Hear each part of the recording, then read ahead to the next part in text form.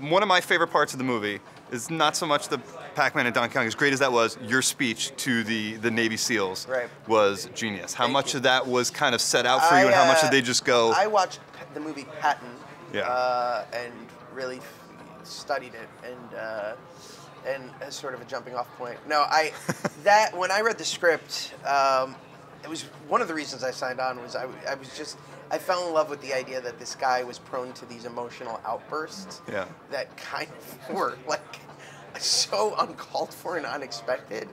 And there's this great sequence where I just verbally assault a group of Navy SEALs who are 10 times bigger than I am. And the joy of shooting that scene was that Chris Columbus and Sandler just really let me go off book and just go nuts with it. Yeah. And so we got a lot of gems, a lot of which is actually on the cutting room floor, but it was just kind of a relentless 10-minute rant. By the end of that sequence, I had no voice left.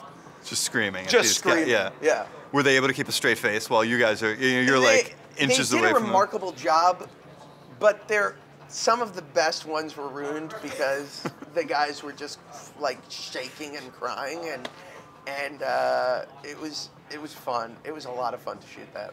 One of the themes of this movie is sort of like nerd empowerment and kind of the nerds kind of taking over and saving the day. Right. Would you ever kind of self-describe yourself as a nerd, either now or when you were growing up? Absolutely. Growing up, I definitely was. Now I embrace that nerd thing. I always say that it's funny because Revenge of the Nerds and movies like that wouldn't work now because nerds have inherited the earth. Right. Like it actually would be the jocks that are the underdogs. Right. And to me, there's something poetic about that. And in an age where every superhero has a cape or has an amazing ability, a superpower, here you have a group of social misfits whose greatest attribute is that they're really good at playing video games. That is an instantly relatable theme. That is something that a lot of my friends excel at. Yeah. And I think that unsung hero mentality is what makes this movie so relatable. Yeah.